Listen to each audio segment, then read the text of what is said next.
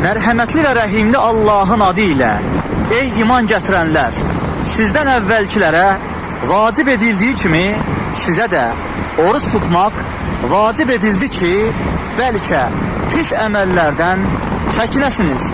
Ramazanda məqsəd nəfsimizi tərbiyə etmək idi.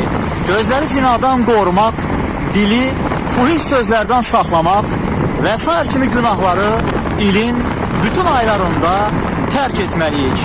Peyğəmbərimiz sallallahu aleyhi və səlləm yollarda oturanlara belə buyurdu: yolun haqqını ödəyin. Sahabələr soruşdular: ya Resulullah, yolun haqqı nədir ki?